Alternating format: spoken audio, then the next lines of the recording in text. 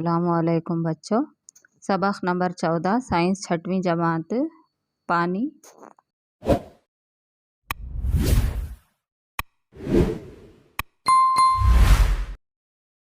Semester 2 سوال number 1 مندرجہ ذیل خالی جگہوں کو پر کیجیے۔ پہلا، پانی کا انجرات میں تبدیل ہونا یعنی بخارات میں تبدیل ہونا عمل تبخیر کہلاتا ہے۔ دوسرا، پانی کے بخارات کی پانی میں تبدیلی عمل تکثیف کہلاتی ہے۔ تیسرا، کسی علاقے میں پورے سال یا اس سے زیادہ عرصے تک بارش نہ ہونے کی وجہ سے قحط کی صورتحال پیدا ہو سکتی ہے۔ سوال نمبر 2 مندرجہ ذیل میں ہر ایک بیان کے لیے بتائیے کہ وہ تبخیر کی وجہ سے ہے یا تکثیف کی۔ پہلا، ٹھنڈے پانی کے گلاس میں بیرونی سطح پر پانی کے بوندوں کی موجودگی عمل تکثیف ہے۔ دوسرا، گیلے کپڑوں پر استری کے دوران بھاپ کا نکلنا تبخیر۔ تیسرا، سردی کے موسم میں صبح کے وقت کہرا تکثیف۔ ڈی، بلیک بورڈ کو دھونے کے بعد اس کا خشک ہو جانا تبخیر۔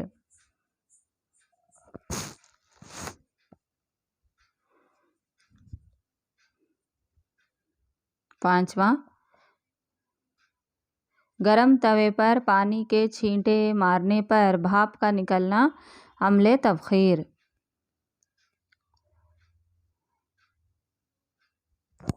سوال نمبر 3 مندرجہ ذیل میں کون سے بیانات درست ہیں؟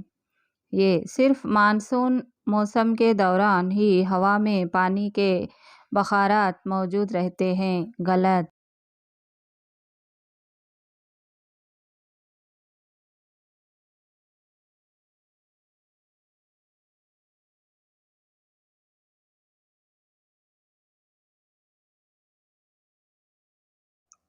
بی، ہوا میں پانی کی تبخیر سمندروں، دریاؤں اور جھیلوں سے ہوتی ہے، مٹی سے نہیں، غلط۔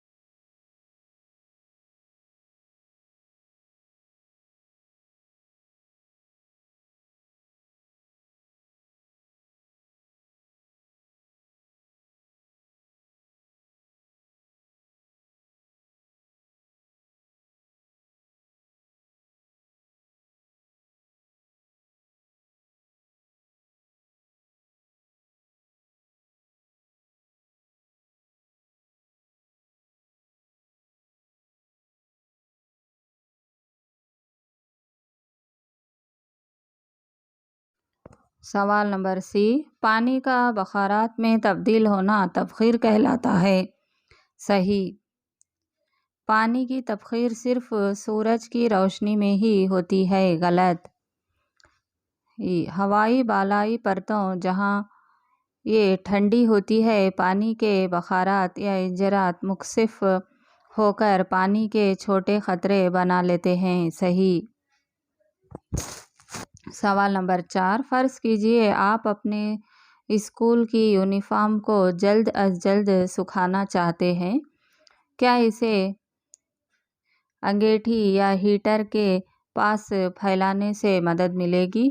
اگر ہاں تو کیسے؟ جواب، درجہ حرارت میں اضافے کے ساتھ تبخیر کے عمل میں بھی اضافہ ہوتا ہے، لہٰذا انگیٹھی یا ہیٹر کے قریب تبخیر کا عمل زیادہ ہونے سے یونیفارم تیزی سے سوکھ جائے گی۔ سوال نمبر 5 ریفریجریٹر سے پانی کی ایک ٹھنڈی بوتل نکالیے اور اسے میز پر رکھیے۔ کچھ دیر کے بعد آپ کو بوتل کے چاروں طرف پانی کی چھینٹیں نظر آئیں گی، کیوں؟ جواب، یہ ہوا میں موجود پانی کے انجرات کی وجہ سے ہوتا ہے۔ ٹھنڈے پانی پر مشتمل بوتل اپنے اطراف کی ہوا کو ٹھنڈا کر دیتی ہے اور ہوا میں موجود پانی انجرات بوتل کی سطح پر تکثیف ہو جاتے ہیں اور پانی کے خطروں میں تبدیل ہو جاتے ہیں۔ سوال نمبر 6، اپنے چشموں کو صاف کرنے کے لیے لوگ عموماً ان کے شیشوں پر اپنی سانس چھوڑتے ہیں تاکہ وہ گیلے ہو جائیں۔ تشریح کیجیے کہ شیشے گیلے کیوں ہو جاتے ہیں؟ جواب، جب ہم سانس باہر چھوڑتے ہیں تو نم ہوا باہر نکلتی ہے جسے شیشوں پر چھوڑنے سے وہ نم ہو جاتے ہیں، جس سے انہیں صاف کرنے میں آسانی ہوتی ہے۔ اس لیے اپنے چشموں کو صاف کرنے کے لیے لوگ عموماً ان کے شیشوں پر اپنی سانس چھوڑتے ہیں۔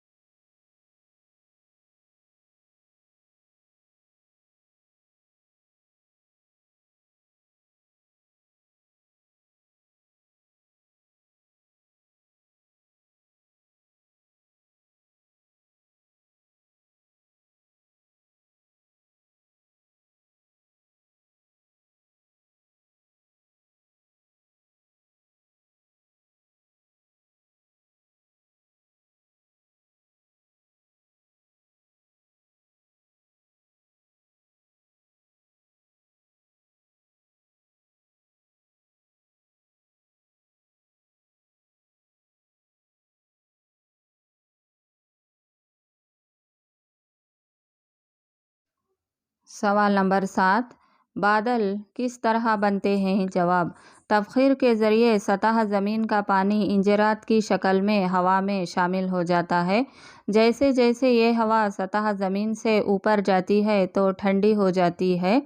مناسب اونچائی پر ہوا اس قدر ٹھنڈی ہو جاتی ہے کہ اس میں موجود پانی کے انجرات ہو کر پانی کے چھوٹے قطروں کی تشکیل کرتے ہیں۔ یہ وہی چھوٹے قطرے ہیں جو ہوا میں تیرتے ہیں اور ہمیں بادل کی شکل میں نظر آتے ہیں۔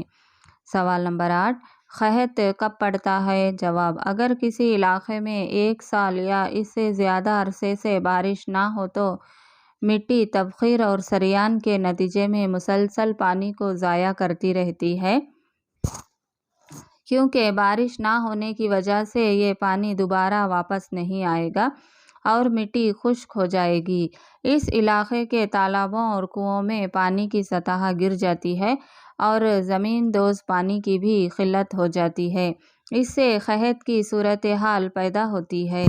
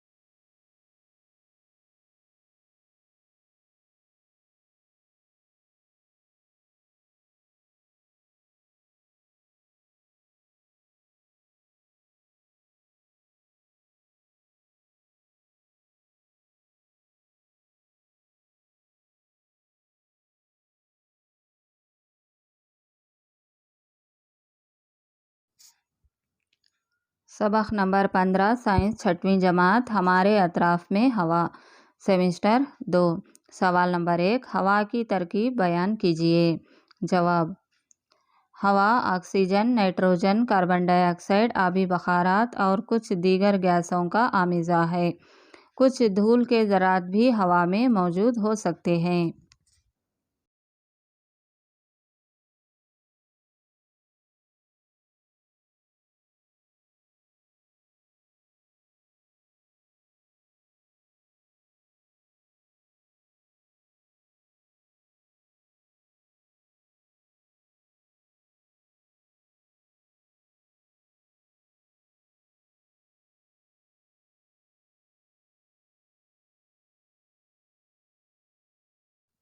سوال نمبر 2، ہوا میں موجود کون سی گیس تنفس کے لیے ضروری ہے؟ جواب، ہوا میں موجود آکسیجن گیس تنفس کے لیے ضروری ہے۔ سوال نمبر 3، آپ کس طرح ثابت کریں گے کہ جلنے کے لیے ہوا ضروری ہے؟ جواب، ایک موم بتی کو ایک برتن کے درمیان میں لگائیے۔ اب برتن میں تھوڑا سا پانی بھر دیجیے، موم بتی کو روشن کیجیے اور اس موم بتی کو کانچ کے برتن سے ڈھک دیجیے، جیسا کہ شکل میں بتایا گیا ہے۔ ہم مشاہدہ کریں گے کہ کچھ دیر بعد موم بتی بجھ جاتی ہے، کیونکہ موم بتی جلنے کے لیے ہوا یا آکسیجن کا ہونا ضروری ہے۔ موم بتی کانچ کے برتن میں موجود ہوا کی وجہ سے تھوڑی دیر تک جلتی ہے اور پھر بجھ جاتی ہے۔ اس سے یہ ثابت ہوتا ہے کہ جلنے کے لیے ہوا ضروری ہے۔ سوال نمبر 4، آپ کس طرح ثابت کریں گے کہ پانی میں ہوا گھلی ہوتی ہے؟ جواب، کسی بیکر یا کانچ کے برتن میں تھوڑا سا پانی لیجیے اور اسے ہلکی آنچ پر گرم کیجیے۔ پانی ابلنے سے ٹھیک پہلے برتن کے اندرونی سطح پر چھوٹے چھوٹے بلبلے نظر آتے ہیں۔ یہ بلبلے اس ہوا کے ہیں جو کہ پانی میں گھلی ہوئی ہے۔ جب ہم پانی کو گرم کرتے ہیں تو شروع میں پانی میں گھلی ہوئی ہوا باہر نکل جاتی ہے۔ اس سے یہ ثابت ہوتا ہے کہ پانی میں ہوا گھلی ہوتی ہے۔ سوال نمبر 5، سوتی اون کا گولا پانی میں ڈالنے پر کیوں سکڑ جاتا ہے؟ جواب، سوتی اون کے گولے میں ہوا کی کافی مقدار میں موجود ہوتی ہے۔ جب اسے پانی میں ڈالا جاتا ہے تو گولے میں موجود ہوا پانی میں حل ہو جاتی ہے، جس کی وجہ سے سوتی اون کا گولا سکڑ جاتا ہے۔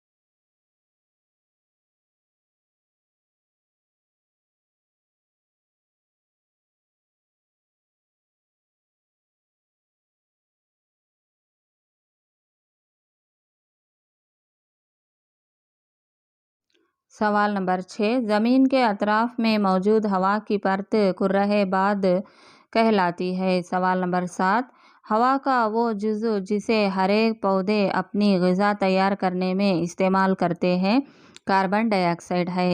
سوال نمبر 8، ایسے 5 مشغلوں کا ذکر کیجیے جو ہوا کی موجودگی میں ہی ممکن ہیں۔ جواب، 5 مشغلے جو ہوا کی موجودگی میں ہی ممکن ہیں۔ جاندار کو سانس لینے کے لیے ہوا ضروری ہے۔ پون چککی سے توانائی پیدا کرنے کے لیے ہوا ضروری ہے۔ پتوں کو غذا کی تیاری کے لیے ہوا ضروری ہے۔ چیزوں کا جلنا ہوا کی موجودگی میں ہی ممکن ہے۔ بیجوں کے انتشار کے لیے بھی ہوا ضروری ہے۔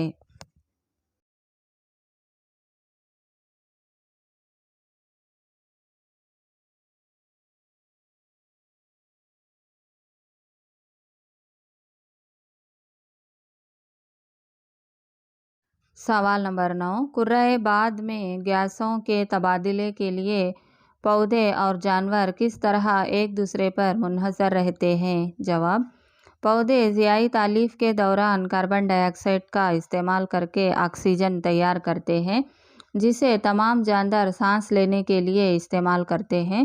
یعنی پودے نہ ہو تو جاندار زندہ نہیں رہ سکتے، اور اگر جاندار نہ ہو تو کاربن ڈائی آکسائیڈ کے بغیر پودے بھی زیادہ دنوں تک زندہ نہیں رہ سکتے۔ دونوں کو ایک دوسرے کی ضرورت ہوتی ہے اور اس طرح کرۂ باد میں آکسیجن اور کاربن ڈائی آکسائیڈ کا توازن قائم رہتا ہے۔ اس سے پودوں اور جانوروں کا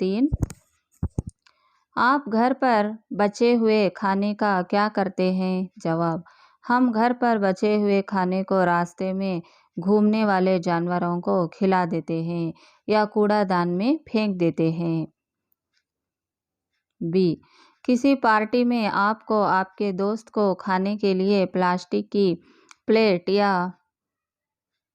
کیلے کے پتے میں سے کسی ایک کو منتخب کرنا پڑے تو آپ کے منتخب کریں گے اور کیوں؟ آپ کسے منتخب کریں گے اور کیوں؟ جواب: کیلے کا پتا ایک بہتر انتخاب ہے کیونکہ یہ آسانی سے ختم کیا جا سکتا ہے جبکہ پلاسٹک کو آسانی سے ختم نہیں کیا جا سکتا۔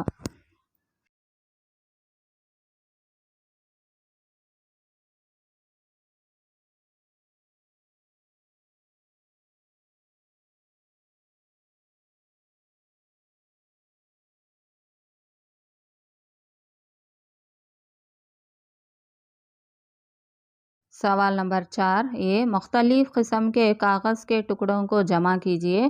پتہ لگائیے کہ ان میں سے ری سائیکل کیا جا سکتا ہے۔ جواب: عام طور پر تمام کاغذات کو ری سائیکل کیا جا سکتا ہے لیکن کاغذات جن پر پلاسٹک کی پرت موجود ہو انہیں ری سائیکل نہیں کیا جا سکتا۔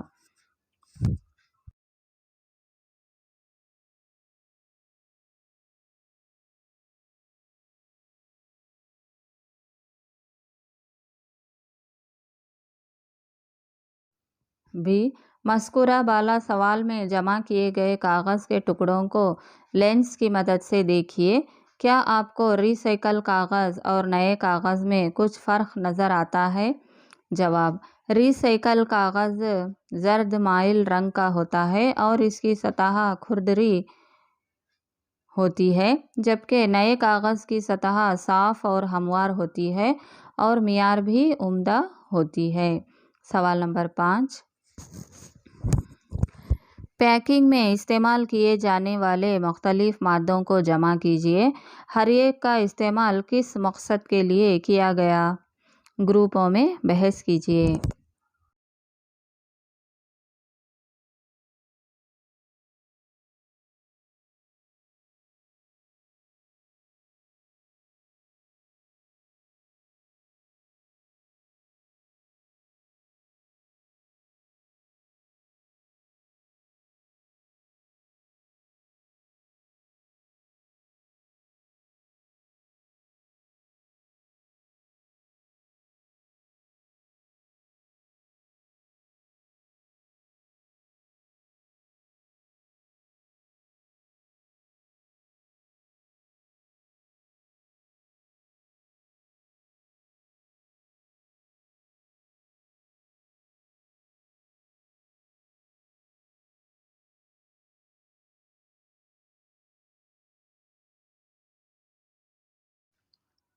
جواب: پیکنگ کے لیے استعمال کیے جانے والے مختلف مادے اور ان کے استعمالات درج ذیل ہیں۔ پہلا، کارڈ بورڈ۔ زیادہ تر ہلکے اشیاء مثلاً صابن، بلیڈ، جوتے وغیرہ کی پیکنگ کے لیے استعمال کیا جاتا ہے۔ پلاسٹک۔ زیادہ تر مائع اشیاء کی پیکنگ کے لیے استعمال کیا جاتا ہے مثلاً شیمپو، تیل، پانی وغیرہ۔ پالیتھین کی تھیلیاں ترکاریاں یا دیگر روزانہ استعمال کی چیزیں لانے کے لیے استعمال کیا جاتا ہے۔ لکڑی کے ڈبے پھل اور یا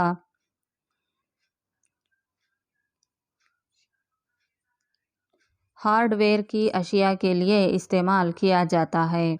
کپڑا اور جوٹ اسکول بیگ، خریداری بیگ اور سبزیوں کے بیگ کے لیے استعمال کیا جاتا ہے۔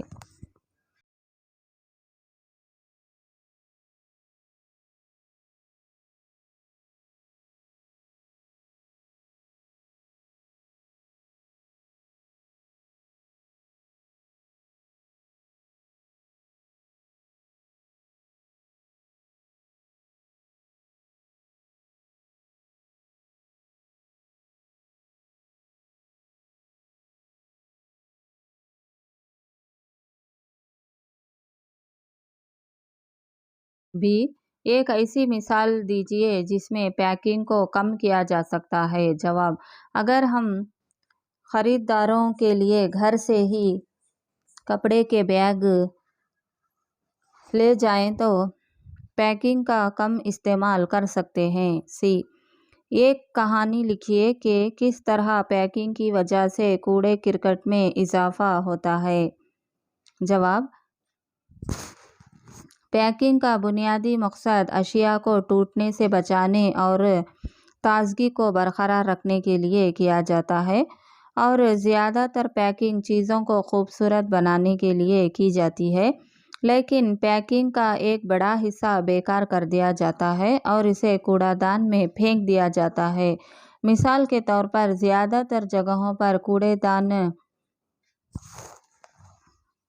چپس اور بسکٹ کے پیکٹ سے ہی بھرا ہوا ہوتا ہے۔ یہ غیر ضروری طور پر گندگی میں اضافہ کرتا ہے۔ اس غیر ضروری پیکنگ کی وجہ سے مصنوعات کی قیمت میں بھی اضافہ ہوتا ہے، اس لیے ہمیں سنجیدگی سے اس غیر ضروری پیکنگ کو کم کرنے کے بارے میں سوچنا چاہیے۔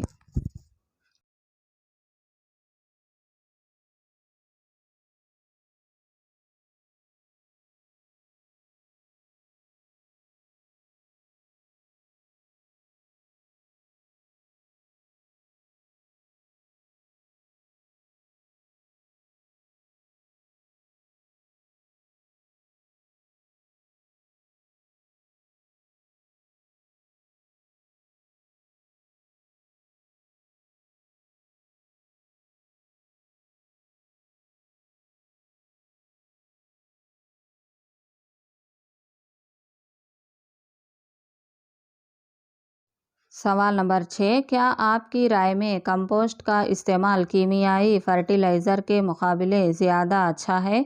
کیوں؟